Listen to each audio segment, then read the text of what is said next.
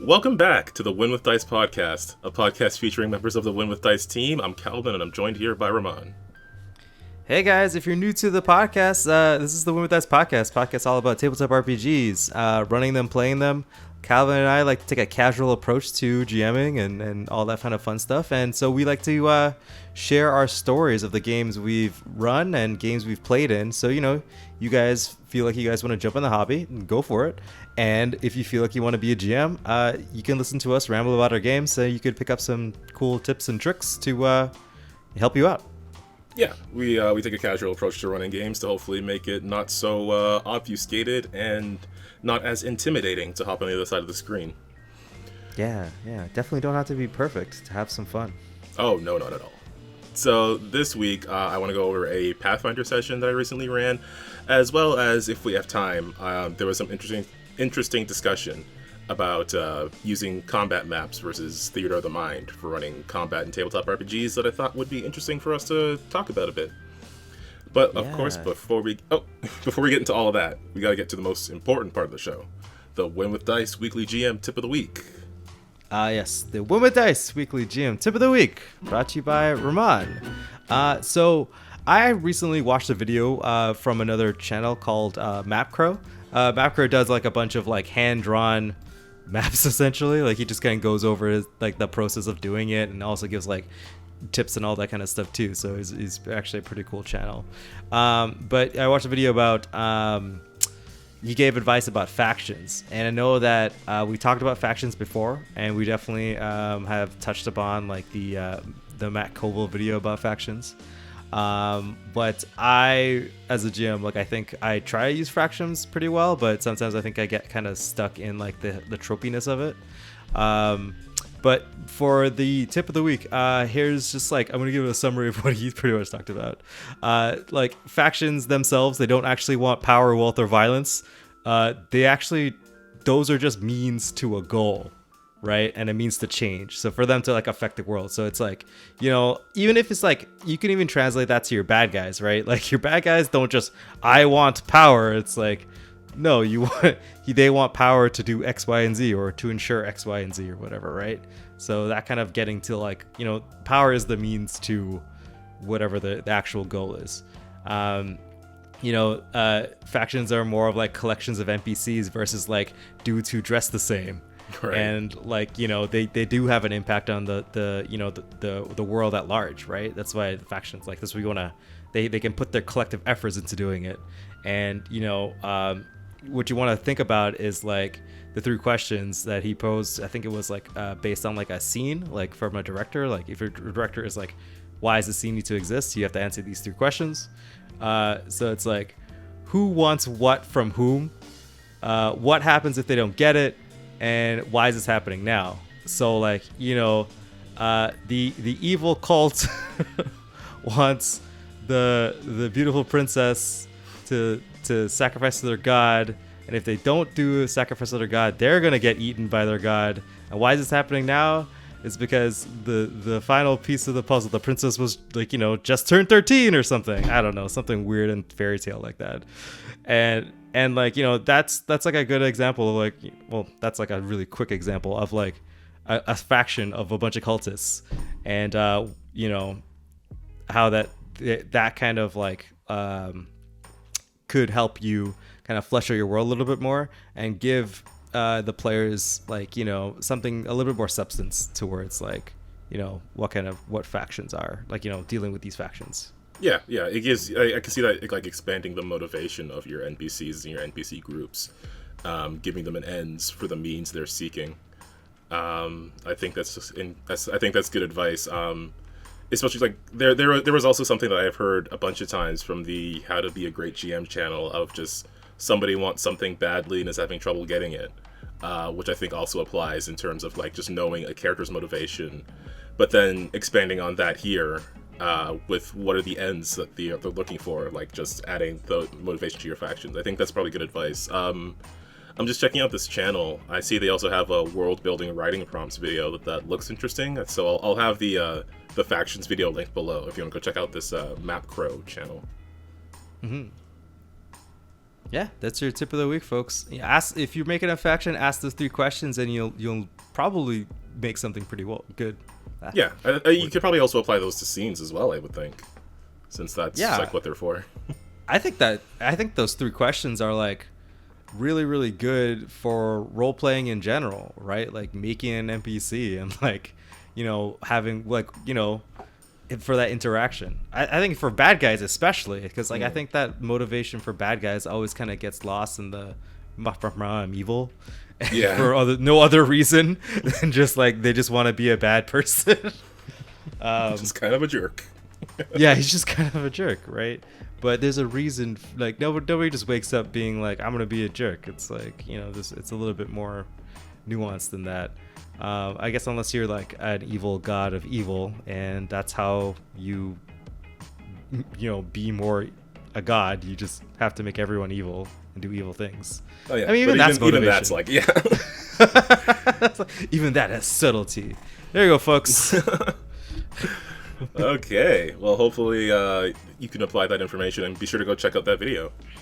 All right, let's get into talking about the Quest of the Fateseer, a Pathfinder 2e campaign that I've been running.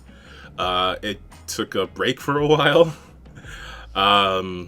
just around the Lost Mine of Tim Delver campaign, and gave me some space to try to come up with some stuff, but of course, there's still some last-minute things that I didn't hear, but the session went pretty well, I think.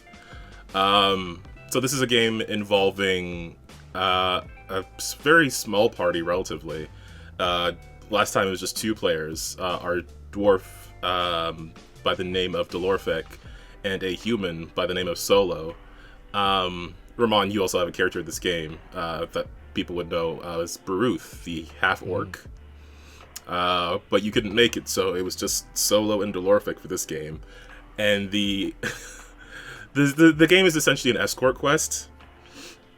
Basically, the players were tasked a number of sessions ago to get this small gnome girl from one end of the map to the other, and they are facing some troubles and tribulations along the way. It's been mostly sort of a road trip campaign, in that when they get to a new place, there's some new thing going on that they have to deal with, and then they move on to the next place, figuring out how to pay for travel and things like that. Although I may have upended the economy of this this campaign. We'll have to see. Okay. I didn't know like there was some like economic shifts happening while I was gone. Well, it was mostly for this group because at the end of the last session, the party was recruited to go into a vault and steal a sword. It was sort of this decades-old rivalry going back and forth between these 2 elven brothers who have this sword that they inherited. But both of them want to have possession of it in their own respective, like, vaults and whatever else they have, dungeons and things like that. So they've essentially had a thing where they hire different groups to steal it back and forth from each other. So most recently, Simon, one of the brothers, has asked that the party steal the sword from Alvios, his other brother. So there was a whole lot going on with that session. I believe that was the one where we discussed that, because you did run into like a bandit group that you ran into previously, and I had to calculate out how, like, when they would have to leave from where they were to get there around the same time as you guys. But you ran into them, you dealt with that dungeon, and you were able to get out of there with not only the sword, but like a chest full of gold. Oh yeah. So this was one of the things that I was trying to figure out for the longest time, was how much gold should be in that chest full of gold. Because I do like the low cash party, like, especially when having to figure out how to get from one place to another and figuring out how much travel you can pay for and things like that. Yeah. But as we're sort of getting close to the end of this arc, I'm very curious what you guys will do with the temptation of a chest full of gold. Assuming you don't go bragging about it too much. Yeah, I was gonna say, I was like, a chest full of gold is just easy pickings. like it just means like, if someone wants to stalk you and like steal your money, like they don't even have to like hurt you. They're just gonna try and get your money and then run away, right? Yeah, just take that big box and get out of there. So. But I the more I thought about it, the more I liked that element. So I'm just kind of like, I'm gonna see where this goes. So we started off with we started off in an inn in a town. Well, not even a town, like this massive city. One of the larger ones in the map, and it's sort of based around the god Abadar. So it's sort of like a commerce city. So there's all sorts of shops and everything's just a bit more expensive than it would be somewhere else. Yeah. I've been trying to keep that somewhat consistent whenever players go to, like, because I have, like, charts for things. And I try to do, like, minor price adjustments. Like, they're in a city of X size, so someone's probably going to upsell things this much, as opposed to small towns where they have, like, less items, but usually for normal price. But at the moment, you guys had booked out a couple of rooms in this inn. Baruth was hanging out with this tiefling that you guys had met along the way. Another one of those, we stopped in a place and fixed a problem and met a new friend kind of thing. Mm-hmm. And I guess they were getting up to some interesting times. I have no idea. Meanwhile, Solo, Delorfek, and Rima, the gnome girl that they're supposed to get from one place to another, were hanging out in the other room with the chest open, just sort of like glinting in the sunlight. And everybody was still a bit rough. If you recall last session, there was a water trap that was very effective, as well as a couple of golden minotaurs right at the end. Yeah, that's some intense stuff. So then, I guess we gave back the sword, right? Were we able to do that? Yeah, that was something that happened the next day. It was kind of like the chest is open, the sword's lying there on top of all this coin, probably the most that any of them have seen in their entire lives. They're like, oh damn, what do we do now? Basically. But Delorfek, having put in a lot of work, was basically asleep instantly. And Solo was staying up a bit. Brima eventually fell asleep because she's like, she's the small gnome girl. She's just... I'm really glad that everybody likes Brima, because I like her too. I think she's super cute. Even though I technically play her. Yeah, well, I think you play her pretty honest. Like, Brima just, like, really wants to try and not be a burden. Yeah. Even though she's like, very small and fragile. Like, it's not her fault. Oh, but, man. Brima went through it this session. Yeah. So the thing with Brima, which I probably talked about a bit before, but I'll explain more now, is that it's sort of a bit like the Fate Touch cleric, but sort of different. And that every time she touches someone, she sees their death before it happens. So the first time she met the party, she saw them, like, about to drown. And then they went on a boat ride, and then they got attacked on the boat. And then, of course, there was that water trap later. So her prophecies are kind of perhaps accidentally coming true. Calvin is just realizing, like, oh man, I'm gonna kill these players with some water. Gotta make sure. The boat one was a bit more on purpose than the water trap. But she also saw, like, that priest that she lived with, because she grew up in a church of Pharasma, like this goddess of, like, the moment between life and death.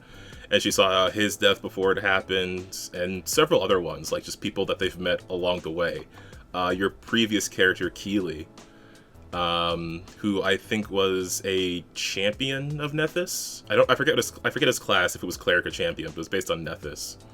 It was a cleric, yeah. Yeah, and she saw, like, before he got killed by wolves, she saw it as well. Additionally, there's some sort of mystery to where that power came from and everything. This mystery, of course, being sort of spun on by some additional complications, including a succubus that's kind of attached itself to Solo, who happened to reappear that particular night. And she was doing that mysterious yet sexy thing, of course, but also gave a warning to Solo, saying that there were others who had sort of intentions for Brima who would come looking for her. And it was important that Solo keep her safe from them. Interesting. I'm surprised that the succubus cares. Why would she? Quite a mystery. Oh, man. Shit, Calvin. Yeah, this was one of the things that was kind of percolating in the background. And I think, like, at this point now, some stuff is going to start coming to the surface a bit. I'm going to try to keep the campaign a bit tighter. That's something I have to work on for my other games, like the next Crown of Dragons campaign. Like, I want to get things tight back onto the actual Drake Coronum storyline. So, unlike all the other things they've been doing. Yeah, you can't flim-flam out in the woods forever, Calvin. But I want to. Those Dracos need to get to that Coronum. They'll get there eventually. But yeah, so I just want to get like the party back on the journey and back to and start like explaining like what's the deal with Brima. So mayhaps we'll get there. But yeah, the next day comes, everybody wakes up. Solo might sleep in a bit. Actually, no, Solo was the one who got up first. He just kind of like got knocked out by the succubus when she left, and then he got up, and then so did Brima's pet ferret. So the moment Solo said something about breakfast, the ferret just like hopped on his shoulder, and they went downstairs to get some food.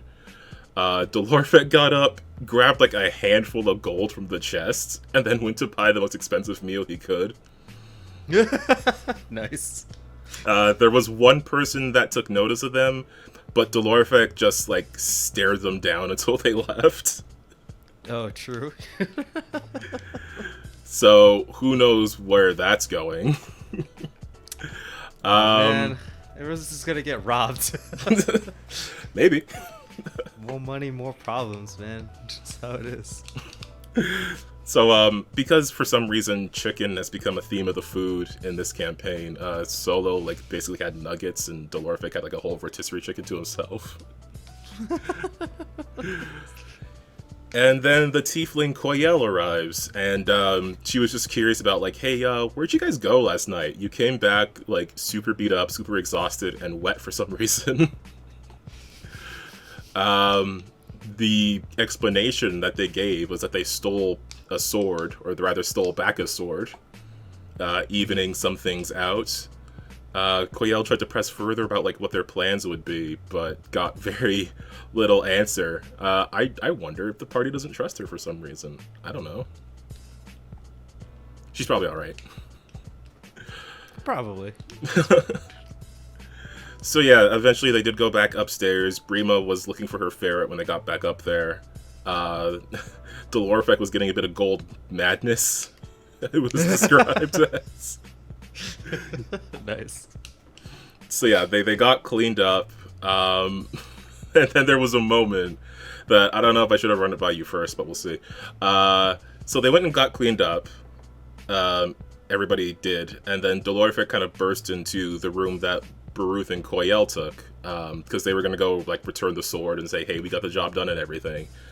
And he got there just in time to see, because the room itself had 2 beds, and Delorfek got in there just in time to see Koyel like darting back over to her bed and blushing for some reason. Nice. Okay, good. Nice. Of course, Baruth, the sexiest man alive. He really, truly is. No, that's fine. I'm okay with that. I think that's probably where things were going to head anyway. Yeah, pretty much. Because I'm assuming that because I wasn't there, Baruth like probably like temporarily left the party. Yeah, basically. Yeah. I could have kept him around. They might have needed his help later, but I don't know. I didn't want to have to pilot that many characters. Or, yeah, like, that's fair. I didn't want to split my Brima focus, basically. Yeah. So, no. Delorfek runs off laughing. He didn't even say what he went in there to say. When Brima heard about it, she was very jealous, because of course Brima has had a crush on Baruth since moment 1. Oh yeah, true. I forget how Baruth even got tied up into this mess. I think he was just he was just like trapped. He was just there. So yeah, in a hole. He was stuck in a hole. Yeah, because of some creatures that lived in the forest. I forget the name of them. Oh, they're like Pugwampies, maybe. I think was it, or is it? That sounds right. I think it was. Yeah, there's a bunch of like gremlin type folk who are just kind of dicks. Little fey gremlin jerks. And Baruth was trapped in a hole. The party rescued him, and Baruth kind of stuck with them for the continuing part of their journey, not knowing that the party was meant to be paid for the work they were doing. That's true. Rula has no clue. It's just like happy to travel with some friends. But he stuck by them because he's a good guy. So yeah, Dolorfek was trying to explain what he thought Baruth and Koyel were doing with a very awkward bird and bee metaphor. Of course. Classic Tim. It was pretty good. It did not help any of Brima's concerns at all. So they counted out the coins. They realized that the chest started off with 4,500 gold coins worth of cash through various coins and gems. And this was the thing that's like, I'm going to put this here. Oh my God. I'm gonna see what happens. If we could all retire. You could. I mean, basically, it's like almost what you were promised to be paid for delivering Brima. So. Damn, man. It's crazy. So yeah, like I'm just curious what'll happen with it. I mean, like who knows about it? Who's gonna try to go for it? I don't know how subtle the party is. Not very. I'm kind of thinking. I was like, from what I understand, our party's not very subtle. No. We walk into a door and everyone stares at us, and you're like, oh. Yeah, no. So, yeah, no. This is just like it's totally upending the economy of the party. But I want to see what happens, or if you spend it all in one place or something like that. So we'll see where it goes. That's true. So they went looking. You went to do some. They went to do some shopping to get like a bag of holding at the Golden Centaur store, because all the stores could have cool names. Mm-hmm. There was a very eccentric elf there selling some expensive items. That got kind of impatient the more they tried to like haggle and stuff, because he was trying to sell them like this really nice, really big bag, and then they were like, "No, we'll just get the normal one." Not the one with all the silk stitching and everything. Of course, because you want to like be like what's it called, incognito or whatever, right? You don't want to know that there's lots of coins in here. It's probably a good idea. So yeah, they got the new bag. They went to drop the sword off. So Simon did give them as a reward. There was a necklace of fireballs because he gave them a bag to carry the sword and stuff in. So there was a necklace in the bag that they were able to keep, and with some convincing, he also let them keep the bag. That convincing basically being Dolorfek making a very slow and dramatic like show of taking all the stuff of theirs out of the bag they already put into it. Just do it really slow until he gets frustrated. You know what? Sure, just keep it. Simon also, having seen how injured they were, he also offered them like a free trip to a bathhouse in the future, which they were pretty happy about. Oh, cool. So yeah, they went to get some potions and healing gear first at a shop called The Wisp. Brima wanted like the expensive healing gear, but she was okay with getting the regular stuff. I feel like the expensive one is a bit overpriced even at normal price, but at least for what it does. But Brima kind of wanted it, but she knows she was willing to deal with just like getting the regular one. Yeah. And then there was a bit of a conversation after Brima tried to heal the party with her new healing equipment, and I rolled very poorly for her. Brima admitted that she was kind of nervous now that Solo and Dolorfek, who have been hired to take her to this one spot, that they would just move on now that they had more money, and they wouldn't want to like hang around with her and keep her around. And in a very sweet moment, they both agreed to stay with her and help her on her journey, and even to visit after the journey is finished. Wow. Which it's like the most feel-good campaign. every time we talk about it, I'm just like, oh yeah, it really is super nice actually. Well, I mean, nice to each other at least. Yeah, are these heartfelt moments in between all the violence? Yeah, and then Brima was also saying, like, normally she's not okay with stealing, but it's probably okay, because a guy like Albios has so much to take. And then so Dolorfic, after having gone through all those deadly traps, Dolorfic was like, if a guy tries to kill you, you kill him back, and if you can't kill him back, you steal his shit. Which, I don't know if that's good advice, but Brima will remember this. True. So the plan at this point was just go back to the inn, then to the bathhouse, and figure out the next leg of their journey. And that's when I swooped in with some complications. Because as they were making their way through the very crowded market areas, Brima got grabbed. She was grabbed by two gnome-sized robed figures. The party rolled pretty good perception, and the guys, their stealth rather, isn't like terrible. It's pretty good for their level. They just rolled pretty low. I think they both got single-digit rolls. So the party was pretty easily able to spot them and even recognize that they were very similar to figures they'd seen way back in the first session. The ones that killed the priest that had raised Brima and had hired them for the job in the first place. Oh. But last time they saw a figure like that, they were very far away. Now seeing them up close, they realize, oh, they're like gnomish. Mm-hmm. So yeah, they're trying to get away. They're pulling Brima away. There was a brief bit of a chase. Dolorfic got some really good athletics, so he was able to keep up with them pretty well. So he was able to get a hit in. Solo played some inspirational music, and then the fight began in earnest. And it was a rather brutal one, somewhat unintentionally. Really? So they came into this with still some injuries from the previous dungeon, and Brima wasn't really able to heal them as much as she would have liked because she was trying to do it with her new equipment. Yeah.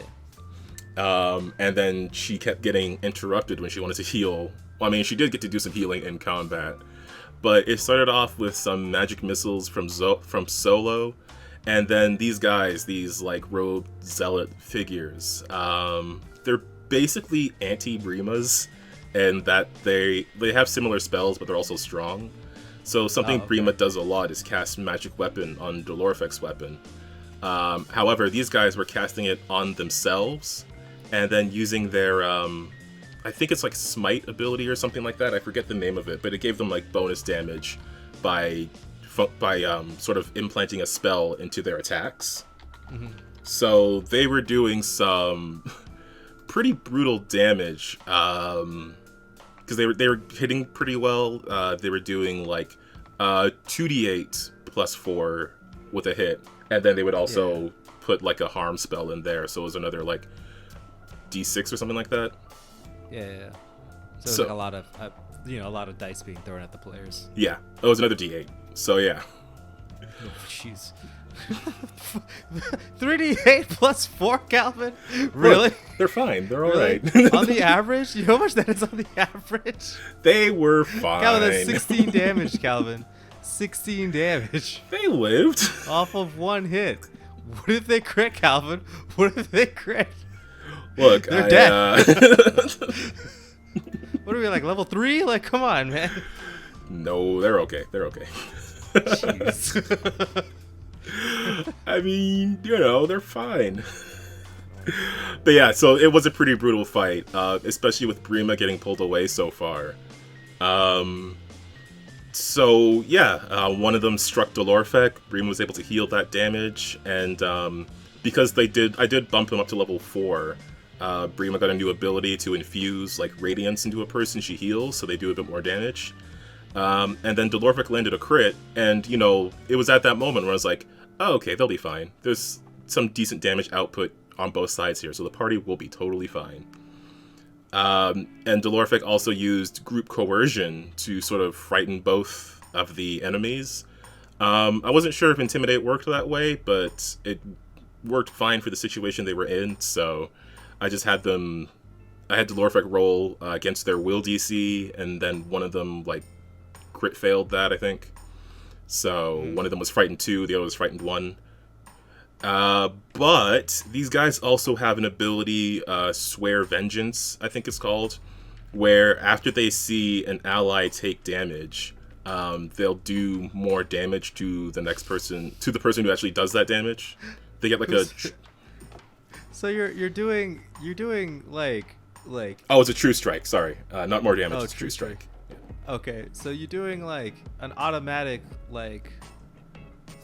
What? 3d8s plus 4. It's not that many. It's only 3. Oh, okay. All right. Sure. It just automatically hit him because it's true strike, right? Yeah, basically. Wow. Okay, Calvin. All right, man. You're like, easy fight, guys. Don't worry. It was 2 guys. They're 2 of the same dude. Yes. So when one got hit, the other could respond. Yes. Yeah, they hit the other one. The other one's like, "Oh, don't hit my friend." Bonk. Bonk. No, they were okay. So yeah, there was a bit of a back and forth in the fight. Delorfek was able to get some damage with the Radiance, and they were frightened for about a round. However, with the Sworn Vengeance, the other cultist guy was able to knock Delorfek out for the majority of the fight. There were some spells back and forth because Solo, being a bard, was still up. And you know that gif where it's like the person playing flute and crying, and then like the caption is like the bard while the rest of the party is dying? That was basically Solo in this fight. There was an interesting moment where Solo did a spell that does sonic damage, and usually the way it works is it'll still damage someone even if they can't hear, but it also had the auditory trait, so it only affects people who can hear. So he did like this big burst spell, and he was able to aim it at the 2 guys, even though Delorfek was in the area. Oh, okay. So that was pretty good. Oh, because like he's knocked out, right? Yeah. He got stabilized like right away by Brima, so he wasn't like dying, but he was still like in the way. Mm-hmm. So the one that was nearest to Delorfek grabbed Brima, started to drag her away. Brima managed to escape, which is pretty cool, but then she got smacked by the mace several times, which was pretty brutal. Like last time, Brima was like, so my thing with Brima is I try to like be conscious of where she is, because I know she's not the type of person to put herself right in the position of danger to get damaged right away. There was one moment where I'd slipped up on that, like last session I think it was, and it kind of frustrated me a bit just because I was trying to manage like a bunch of things at once, and I forgot, oh, Brima shouldn't be here. She should have been somewhere else. But this was a moment that it was like, this is where she is, because this is what has happened so far.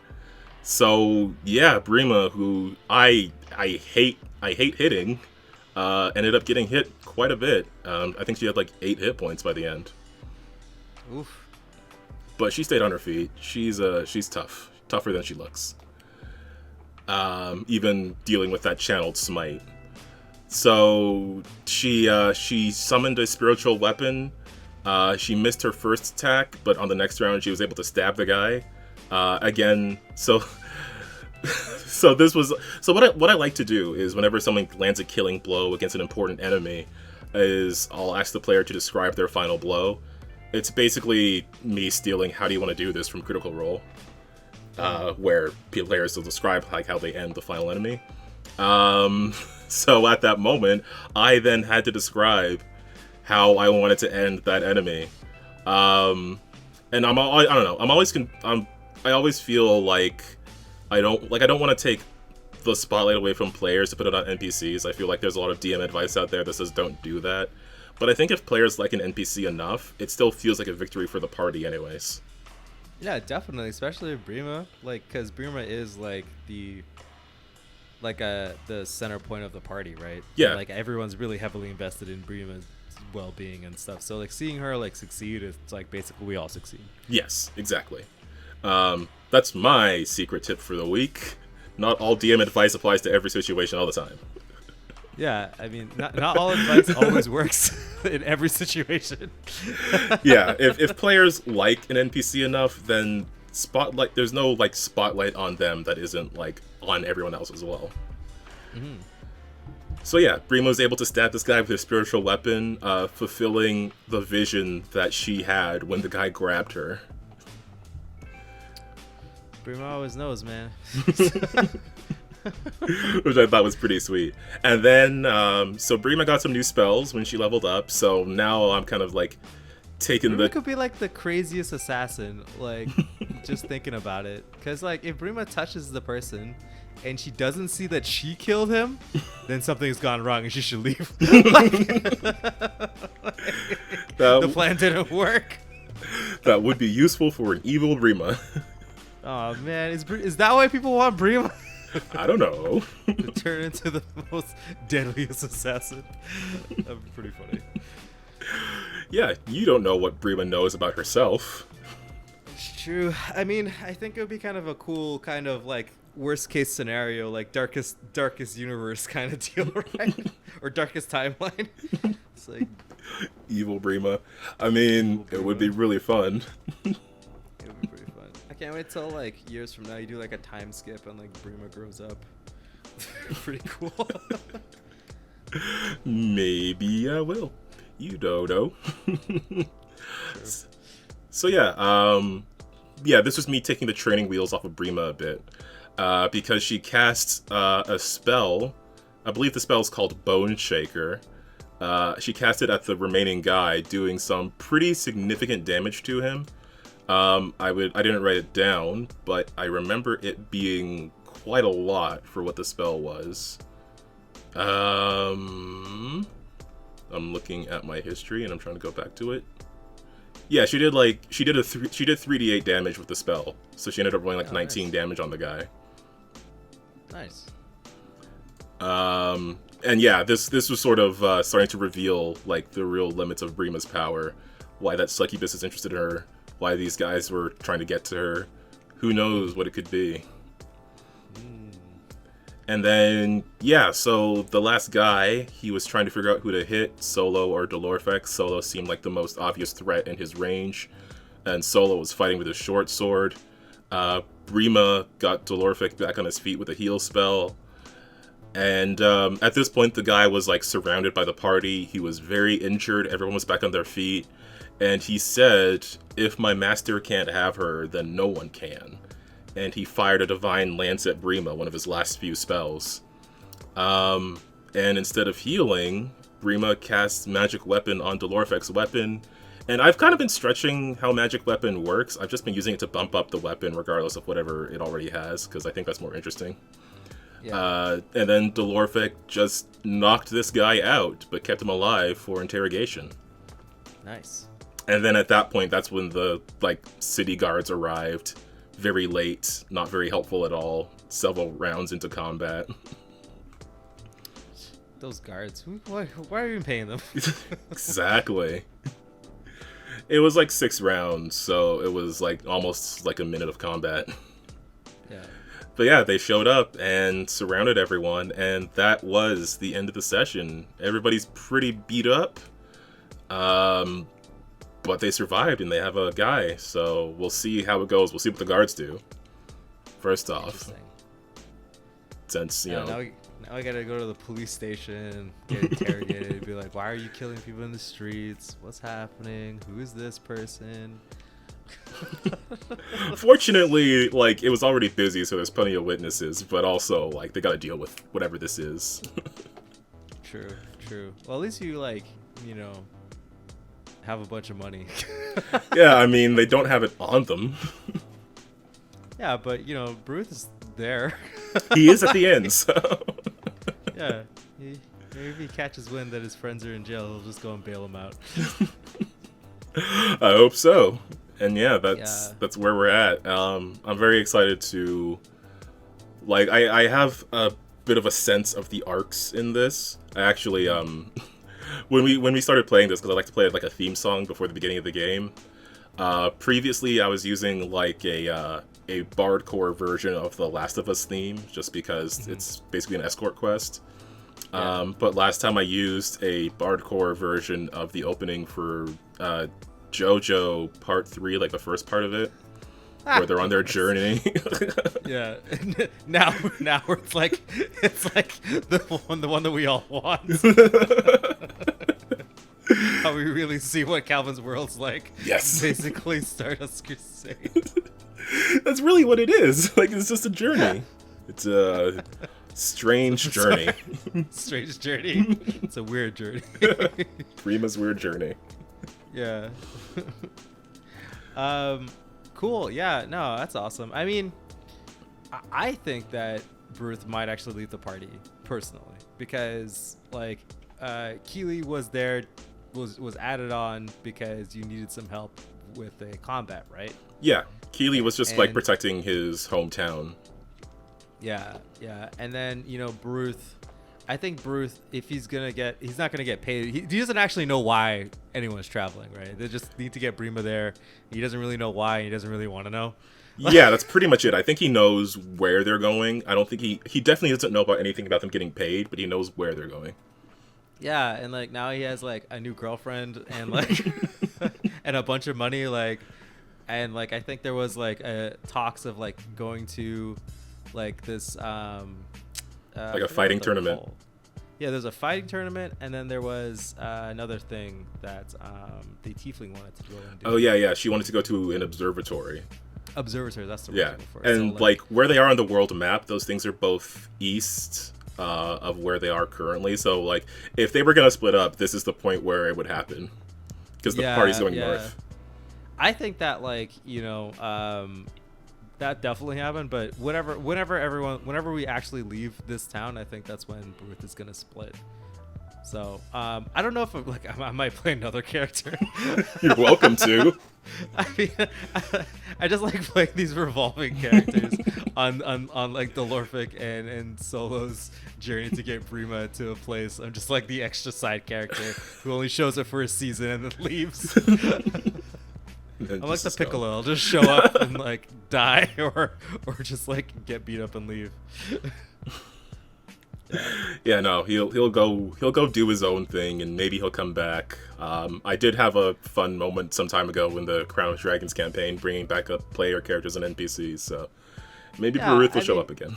You could always I always like doing that because I always like taking players, and when they don't want to play their character anymore, just kind of put them in the background and become NPCs, and then like whenever the players are like in dire straits, they just like the miraculous savior shows up and is like, oh god, who's that coming across the ridge? It's your friend Baruth. He goes and just like fucking just grabs somebody and like throws them or something. Like he doesn't actually have to like be a player character. He just shows up in the middle of a combat that's looking kind of bad and just like grabs Emperor Palpatine and like throws him down the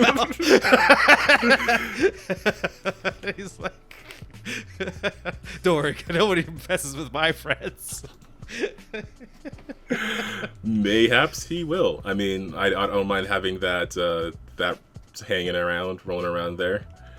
They got like a few more places to stop as well. They've got at least 2 more stops before they get where they're going.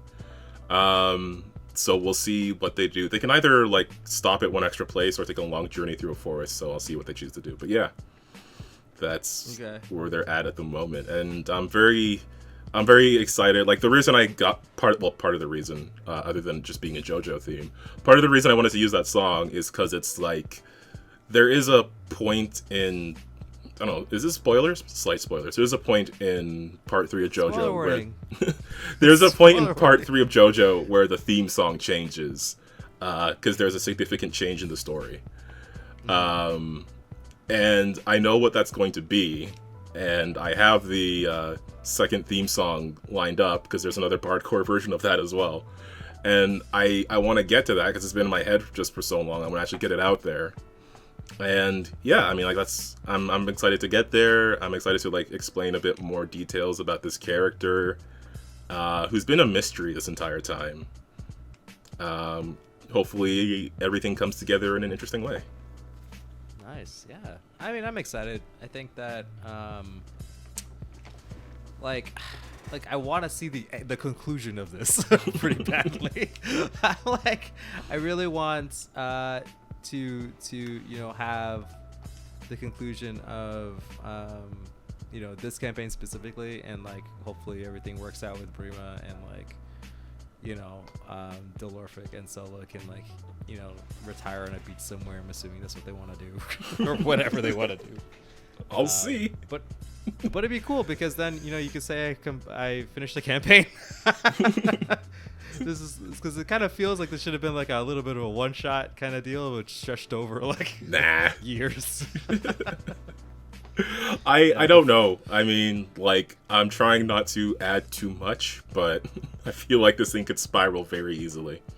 Yeah, like the end is like you can see it, right? Like, we're only 2 stops away from getting to where the quest indicator is. Who knows what'll happen when we actually get there, right? But I can see the end of this arc, certainly. Yeah. I think it'd be fun. I would actually like to get Tim and Chibi to play in my Ineon game. So I want to start that back up, and it would be kind of cool to just port them in for a couple sessions. So, yeah. So come do this, Calvin, and then we'll play Ineon. That's what I'm gonna leave you with. Like when you finish this, I'll run Ineon again. Oh no, the pressure. I'll have Tim and Chibi on. And we can continue that kind of thing. Yeah, and then you could make up a whole new character and interact with Macy with your new character. That would be pretty fun, man. That would be pretty cool, actually. No lie, that would be the coolest thing. And then you could like play your new character up until a point, or then to like they meet the level of Macy, and then you can switch them back and forth at that point, right? It's like you guys could play like the B team. There's like the A team for the scouts or whatever, and then you guys can play the B team. That'd be pretty fun. Yeah, wasn't there already like a B team of NPCs in that campaign? Well, yeah. Well, then you guys can play like the F team. I don't know. Oh, F. Not even the C team. No, we're down the way at F. Yeah, that's where you guys are. Absolutely. Well, yeah. Hopefully, if we do that, we'll of course talk about it here on the channel. For sure. But yeah, I'm enjoying this campaign. It's really helped me like build out certain parts of the world map. I gotta start doing things in other pieces because I'm looking at my map and I can see like, oh, I have a bunch of stuff here and here because I've actually played in those spaces. Some things are just like light details. Well, start a new campaign and then get people to go there. Like, don't pretty much. Don't off-rail. Don't like you switch the tracks on everybody just because you want to fill out a space in a map. Yeah, I need to fill out this space. You guys like mountains, right? Yeah, it's like, now you have to go to the mountains. Good luck. Don't worry, there's Coronums here. I promise there are Coronums here. Coronums for everybody. Yeah, it was a fun game.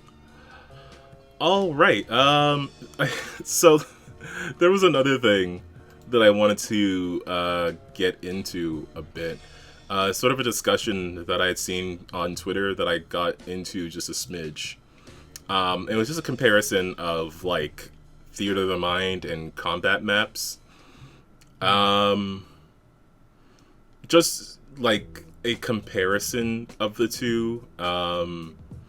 Sort of like how some people would say that Theater of the Mind is like quote unquote peak D&D, or at least I guess closer to the spirit of D&D. Which I don't know if that's entirely true, since it was based on like like combat games and things like that. But I thought it was interesting discussions, especially seeing people's different perspectives on it. So I kind of wanted to talk about it a bit because for me, like I really like having the battle map. I like knowing where things are and where people are and if they're in range, especially for a game like Pathfinder, where you have spells that are like, oh, this goes 30 feet or 60 feet, or it's a 90-foot cone or whatever. Like, you need to know like where things are specifically, and I feel like Theater of the Mind really fails in that. But also Theater of the Mind is really good for like improv, because like when you have a map, you're sort of restricted to it as well. Like if there's a thing that's like really inconvenient, like you start off with a map that has like, I don't know, like a bridge over a gap or whatever, and you think that's going to be an interesting point for combat, but it really just gets in the way. Like if you're doing improv, you can work around that a bit more. I mean, I don't know if that's like really a good example, or just like there's, I don't know, like you're fighting in a town and there's like a fruit cart in the way. It's easier to deal with an improv. Yeah, well, specifically, it's like if the bridge is like 10 feet, right? It's you can't undo the 10 feet because the players can count the squares. Yeah. Right? But like if you're doing Theory of the Mind, you could be like, oh yeah, 3 of you can be on it, right? You could say vague things like that. You don't have to tell them how big it is. And I think that like specifically, it's like, you know, the idea of peak D&D, like that's like a weird thing to me because it's like D&D is like mad crunchy with the numbers and the ranges and the area of effects and nonsense like that, right? Like it's baked into the game. So, you know, for you to be like, okay, throw all that stuff out because the game was designed with the grid in mind, it doesn't really make any sense to me, right? Yeah. It's like, yeah, it was more like quoting it was more like quoting other people's arguments than making that one specifically. So I don't know if maybe have missed some points that other people would have made in that case. I just know that in general I prefer to have the map itself, even with because I've been playing in a superhero game for like over a year now, and like especially when you have like people who can fly and speedsters who can be like on the other side of the country in the blink of an eye, like positioning is sort of a moot point a lot of the time. Like even for me, because I was playing a badass archer, and like I could basically hit whatever I could look at. I had the range to do that, but I still like to be able to like measure it out, especially because my movement was more limited. I could only go 60 feet in a round, and I'm next to people who can fly and run really fast and teleport. You're just the everyman. Pretty much. Oh man. Well, yeah. So I think that. So I think that like I don't know if there's one better than the other. I think that if you're running multiple enemies and multiple specific enemies and like you're feeling up for it, like do on the grid. But like I think that Theory of the Mind can get out of hand really fast and get confusing.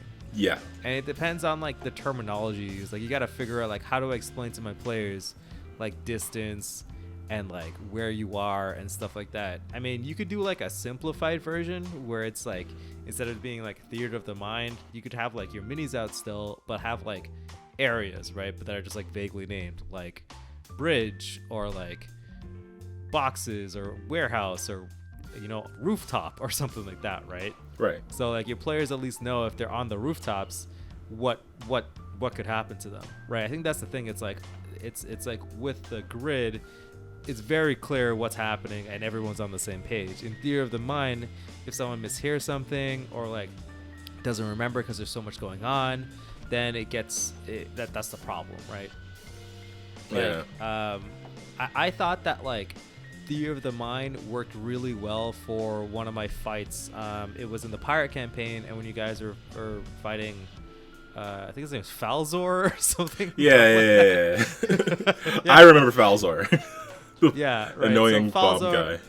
Yeah, so they're chasing this guy who was like, you know, a mad bomber essentially, and he ran into a warehouse, right? And the players chased him in there, and he was just hiding. So then it was like this hide and seek of like, you know, let's find this dude, and while he has this booby trapped warehouse. So then it was like, okay, if you want to try and look for him, you have to make a roll to go and find him, and if you didn't roll very good, then you set off a trap and that kind of deal, right? So it's like, you know, if I had to do that on the grid, it wouldn't have worked out so well. Yeah. Right? Like I don't even know how you would deal with having a hidden enemy on a grid map. Because like playing online, like you as the DM can at least hide something and move it around on the map so you know where it is. Playing in person, I don't know. There was You just lie. I mean, yeah. There was one time in Critical Role, probably more than one time, where they were doing like a PvP thing specifically for like I think it was because of like their Kickstarter or whatever. It was a tier that got unlocked. It was like the Campaign 1 group versus the Campaign 2 group, and there was one person, like, because they're playing a rogue, and you know they hide and they move around and everything. And normally as a player, like it's fine if the other players see you. The enemies still have to roll to try and see you. Or whatever the case may be, but like if you're doing a PvP thing, Like, what else are you gonna do? So the player was like texting the DM where they were. Which was very interesting. But yeah, like, what else can you do? It's tough, right? It's tough. Like, I think that, like, for hidden enemies and, like, enemies that kind of come in line of sight and stuff like that, I think that's, like, playing Theater of the Mind's really good, because then it's, like, all you have to tell the GM is, like, I look for them, right? And then you roll. And then if you succeeded, then it's like, okay, you found them. And they're, like, either close by, so you don't have to worry about movement. That's the thing, too, right? Because everyone has, like, very specific... Well, in Pathfinder, anyway, it's really nice because it's just a move action, and you can just say, like, and you can repeat, like, they call them strides, but, like, you can just tell them, like, oh, they're 2 move actions away, 1 move action away, or whatever, right?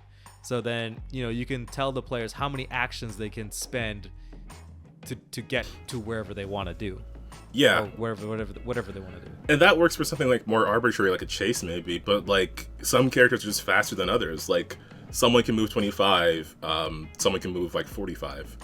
Yeah, but like you would just say, like, if they are faster, then you just say, like, oh, you could just do it in 1 versus like someone else can do it in 2, because like then it's like you move your full 30 or whatever, 25, and you have to move like 10 more because you want to get there, versus like, but it's just basically like an agreement between you and like you, the GM, and the players, and all the players' abilities. I think generally, like, no one's trying to outshine anyone. So it's like the reason why you have a 45 movement speed is because you want to play a fast character. So, you know, the GM, it's like, I think it's like the GM's responsibility to be like, make sure that that person gets what they want if they're not going to be able to physically draw out 45 space or 45 feet, right? Move those spaces. I think it's like you got to give them the thing where it's supposed to, the fantasy that they're trying to play out. Yeah.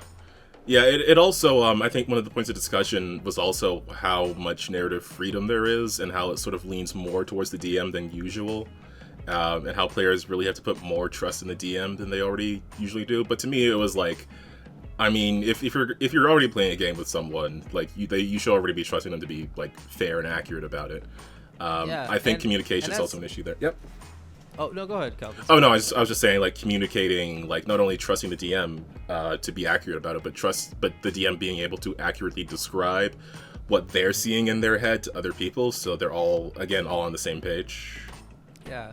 Well, I think it's just really, people don't like rules. It's weird. It's like they want to get away from it and just, like, do the rule of cool more often than not. And it's like, if they're able to just like ignore some rules, they feel like they're doing a good job. But it's like, you could, like, even if you're using the grid, you could always ignore like a bunch of rules. Like, I would, in all honesty, half the stuff we do in Tim's game like isn't written down in the rules anywhere. Right? We all just collectively decide, being like, yeah, that makes sense, right? Yeah, I mean, we're flexible because we like having fun, and we're just having, like, if we're enjoying the game and it doesn't feel unfair, then, you know, we can be flexible. Yeah, like, most of it boils down to being like, you know, does this make sense, and do I have to roll, right? And I think that, like, you should, as like a group together, decide like what rules you're keeping, what rules you're not. Because, like, let's say you are doing grid-based combat, like, if you want to do something goofy, then like just be like, yeah, I think it'll take this much actions to do, and then your GM could be like, okay, it's this much, it probably requires this roll, and then you just do it, right? The number, like, if you want to let the dice decide, let the dice decide. If you want it to be like, it'll take your whole turn, just tell the players like what resource they need to do. It's either like guaranteed it requires your time and effort to do, or like it's gonna be, you're gonna risk it with a chance of failure on a roll. Like, that's like basically what combat is. Yeah. At this point, right? Like, in all of the games, all of those D&D, Pathfinder, you know, gridded combat games, it's just like, you know, is it time or your action economy, or is it like you're gonna gamble with a roll? Right. Yeah. There was another aspect of this that came up that, for some people who prefer Theater of the Mind, they thought that maps were either like too, like, they gave away too much information. There was too much awareness, knowing where everything is all the time, and that sort of like broke immersion in a way, because players would they would see things in terms of like the spaces, like the squares or the hexes or whatever, and they wouldn't be as flexible with moves and actions as they could be with Theater of the Mind. Which I wasn't too... Yeah. I don't know if I get where they're coming from with that, but I still feel like you have flexibility there, especially in like D&D as a system. Well, yeah, it comes down to like, oh, the hallway is like 30 feet, and I only can move 25, so I can't get into position where I want to be. Versus like, you run down the hallway. Okay, yeah. I think that's sort of like the wavelength they were on. To me, that's just like a problem to work around. But I get that if they want to have just let the player go down the hall, as opposed to let the player get part way down the hall, and then they're 5 feet away from whatever, and then they have to wait for the next turn or something. Yeah, exactly, right. It's just that there's all these little edge cases where like the numbers don't line up, and it's like it wouldn't be that big of a deal if you had made the hallway just like a slightly shorter, but because you drew it, that's what it is, right? And like, you know, I don't know, it depends. I think that like having a healthy mix of like actual what's it called, like gridded combat and like narrative combat is really nice. I think that like the online play has pushed people a lot to getting really nice maps. But I think that one of my favorite things to do ever is just having like a whiteboard map, like just one of those dry erase maps, and just draw the map out like as stuff is going on, because then I can add stuff, remove stuff like in the moment right before. I don't have to be beholden to like, you know, my ideas from the past. I can just be like, okay, this is a situation, I can make this room smaller actually, you know what I mean? Yeah. Or it's like I can, if the players put their minis down and I'm starting to draw out the room, then I can be like, oh, I don't want them to get there in one move, I can make the hallway slightly bigger. Or it's like, no, I want them to get there in one move, I can make it smaller, that kind of stuff. Yeah, I think that's like another difference between the two of us in DMing, because I like to have my maps ready to go before we start. I don't want to have to like think up the space in the time. Like even when I was using physical maps, like I would draw them out beforehand. I don't know if I could improv a map. Oh, really? well, most of my maps are like just a room. Yeah, no, I get the simplicity of it. It's just, to me, it's like I'm gonna be overthinking. I'm gonna be like, if I make the room this big, what else is in it? What's over here? What's over there? Is this too big? Is this too small? I'm gonna keep spiraling on that, and then I'm gonna lose focus. Yeah. Well, it's like, it's mostly just like, okay, like if you're drawing a map, it's like, what's the goal of the combat? Is it to beat everybody up? Is it to rescue your friends? Is it to press the button before the timer runs out? You know, that kind of deal. Yeah. Right. It's like, and then it's like, where are you gonna put the enemies? Are the enemies gonna try and survive as long as possible? Are the enemies gonna try and impede your progress through the room? And then it's like, okay, what other cool nonsense can you put in the room to like block line of sight, or like add some terrain features, or like maybe some stuff could be destructible? Like what would the players want to do, right? Like you have a player who like wants to like hide and cover and like throw shit, or like, you know, have like a shootout, then like, you know, draw some tables and like put it close by, so when it's their turn, they can be like, okay, I go behind the table and I pop out my 6-shooter and be like blang blang, right? Like, right. You just give them what they want. But if I drew the map beforehand and be like, oh yeah, in this hag's place they don't have tables. And that's fair. I mean, like for me, like I would try to do that beforehand. Like that's where my head is at. Like that would be part of my prep, because I know what I don't know if that's something I feel like I can improv. Like that's just part of after my experience, like knowing what I'm comfortable like improvising, and I don't know if I can improvise like details in a space like that, or like a whole room like that. That's true. You know what? I'll often just ask my players like how tall stuff is. There's also that. Yeah. It's like, is there a river here? And they're like, yeah. I'm like, okay. Fair enough. Let's try it. Because like, you know, it's only gonna last for like an hour, and then we could just move on with our lives, and everybody feels cool because they got to like add something to the map, or like something goofy happens, or like my players would be like, is this destructible? And then only in the moment I've decided that it is or isn't. And depending on the look on my player's face and the situation, like Tons of times people are like, can I break this column? I'd be like, I look at their player and they're like really excited about breaking the column because they're making some like 5D chess move to like collapse the ceiling, and I'd be like, I see what you're doing, kid. Let's give it a shot. You know what I mean? Like, yeah. See, me, I like that you're just like, yeah, go ahead. Me, I would be like, wait, what are you trying to do here? Okay, I see what you're trying to do. Let's figure out what you need to roll for that. I like your trustworthiness.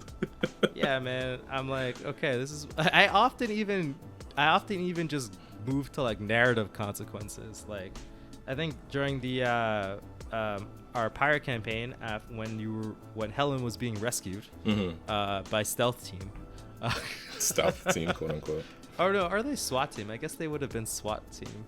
But anyway, whichever team. Whichever team. Yeah. So Ray, our barbarian, decided that he wanted to just break through a column to get to a specific hag who was like using voodoo on some people. And I was like, and he was like, can I just break through the column? Like, do I have to roll something? And I was like, nah, man, you do it. Because here's the thing, like, Ray has like a demon axe, an axe that's actually possessed by a demon. And I was like, okay, if you want to break through that solid piece of stone, right, this stalagmite that's been here forever, you can go ahead and try. You can go ahead and do it, but this demon axe is going to take a little bit more from you, more than it had before. So now you're like a little bit more like on edge and stuff like that. Like I'm gonna have a little bit more flexibility with, you know, what's in control, who's in control.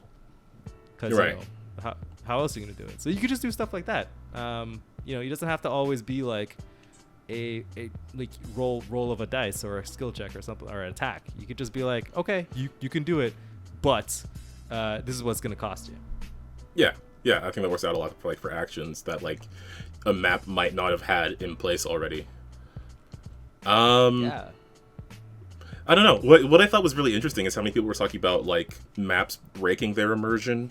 Because for me, I've always found it adds, and maybe that's just because when I started playing like with you guys, like there was usually like the drawn out maps involved, and for me that helped the immersion because it was like, well, I see what the space is, I see the shape of the room, and that helped me imagine it, as opposed to just like being totally freeform.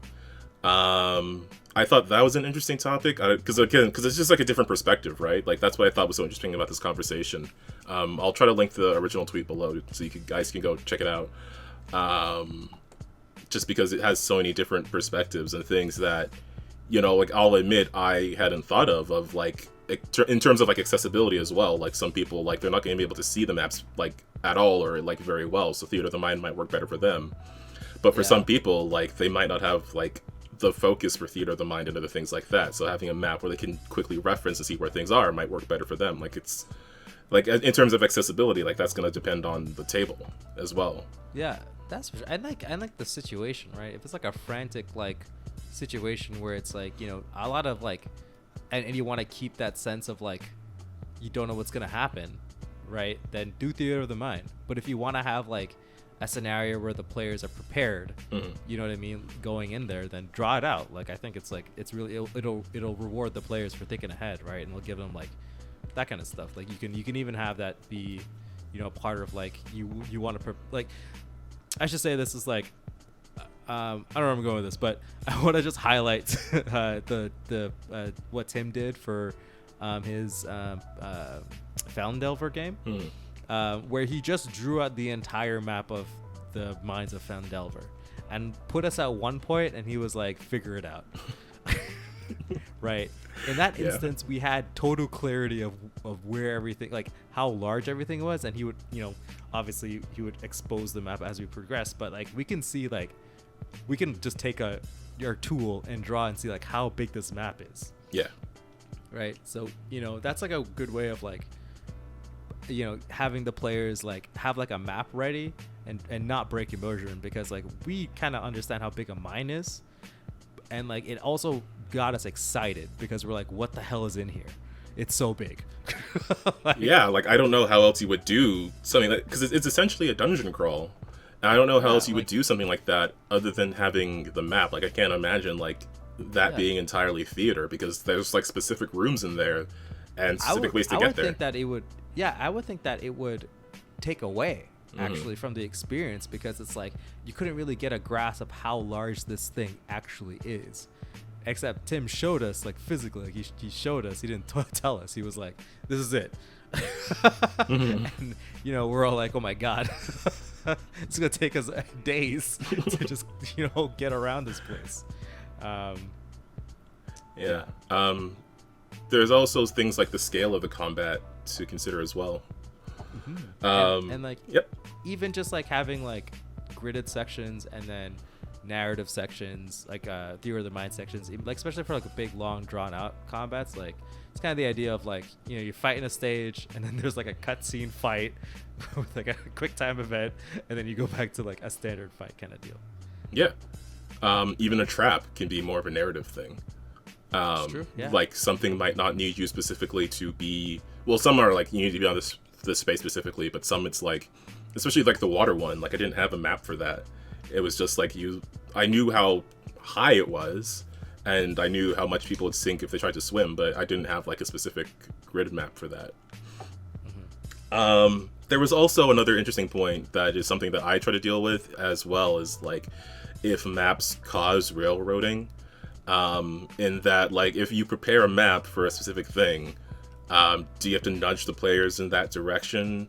And that's another thing that, like, for me, it's like, well, I want to have this combat, and I know the map that I want to have on it, so when we get there, I have that ready. But then it's like, I can't really improvise as well, versus Theater of the Mind, where it's just like, yeah, we'll just start this fight here. Like something I've started doing, is, like, I also borrowed this from Tim as well, I think, and is that I'll just have, like, my generic forest map for if a combat happens while they're traveling, because I don't have those, like, preset, but then like I need the map to deal with it. Yeah, for sure. A thing that I do is like, if I want to have a specific set piece map, I won't actually draw it out like completely, unless we're like, we're streaming or something, like we have to figure out like everything beforehand. But like if it's like a set piece map, I'll think about like what I want in it and like how things are going to function, and write it out like in like text form. Right. And then it's like when I'm ready to draw the map, it's like I don't even have like measurements. It's just like for the one of the conclusions to pretty much the last arc in Ineon, where you guys kind of made it all your way down to like the portal to hell, right? And I was like, there's gonna be a portal to hell in the room. There's gonna be this weird misty fog at the borders, and when you guys walk in, that's all you're gonna see. And then I was like, okay, dudes are in the fog, the portal to hell is here, and then the witch is on the other end on the other side, because it's like what I wanted you guys to do is try and get to the witch, but you had to cross the portal to hell, and you had to deal with the enemies on the side. And you don't know what's in the fog. Right. So then it was like, but I didn't know how big the room was, or like, how big the portal was, or the mechanics of the portal, nonsense like that. I was like, okay, that's fine. And then when you guys finally got there, I was like, draw, done. Yeah. I mean, I don't know. Like I feel like in that situation, I still would have loved. I love having the map. I can't really picture like doing it any other way. True. Anyway, well, I think they're both are good. It was just like, it was really interesting seeing other people's perspectives on it, especially like seeing like why they prefer one or the other, and like what's works for them and what doesn't work, like talking about like the scale, like, oh, you're just fighting one person and it's just a random thing, versus like you're going to a boss fight in this specific location. And even the topic of like playing online versus playing in person, playing on a stream. Those are all factors that I think make this an interesting topic that doesn't really have a specific answer outside of whatever the answer is for your group. Whatever your group finds fun and you feel the most comfortable doing as a GM. And just don't, not everyone's opinions on the internet is right. Yeah, pretty much. Even ours. I think the discussion was pretty civil, so hopefully it remains to be. Sometimes some of these grid combat boys and these narrative people, like, they just butt heads, and it's like, you could have both, man. You could just have both. Yeah, true, but I guess that kind of derives from like the larger argument of like how crunchy should your game be versus how narrative should it be. The game is as crunchy as you want it to be. If you just want to call yourself a fighter, but like, never roll a die, then as long as your GM's cool with it, like, who cares? Like, I'm not gonna tell you how to be your character or run your table, or you're doing it wrong, because that doesn't make any sense. Well, some people will do that, is the problem. It's a make-believe game. Everybody needs to chill out, man. Some people will be unhappy about that. But yeah, I thought it was an interesting topic. I'll link the original tweet below by Drake and Dice. Yeah, just go check it out. I think the discussion went pretty well, and everybody was pretty civil. And maybe you'll see some different things that you hadn't thought of. But that's going to be the episode for this week. I think we covered quite a few things. I think this topic was interesting. Hopefully other people are interested in it. For sure. But yeah, that's where we're at for now. So I'm going to swing into the outro and recommend you check out the whole ton of links that we have below this video to all the awesome people we've talked to before. In particular, we have a link to the Kickstarter for Field Guide Liminal Space. The Kickstarter is over, but you can go there to check out updates. They are also on DriveThru RPG. I did get my copy off of there, so be sure to go check that out. Also, be sure to check out the In Golden Flame campaign, which just had the 4th part released. And of course, I got to give a shout out to the Untold Stories Project channel, where I'm at every Monday playing at their superheroes game. I recently ran some Lancer on there, and it went pretty well. The Lancer episodes are both on YouTube now, if you want to check those out. The next part will be on Friday, the 20th of May. So hopefully you swing by and check me out running Lancer for the second time in my life.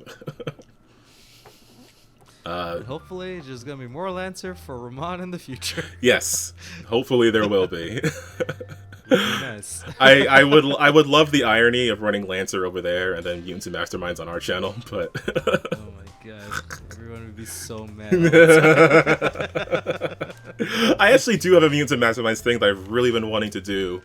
I just gotta finish it and then find a space for it, so I'll see where it ends up. You just have to keep bullying you, Calvin. No, I'll get you a Lancer game at some point. If we make this a regular thing, maybe you'll be in there too. Yeah, for sure. But yeah, be sure to check us out over there. I'm having a lot of fun on their Starhaven game, doing some space characters. My character was supposed to be cool, and now they're basically a dork and probably a villain in the future. So we'll see how that goes. Okay.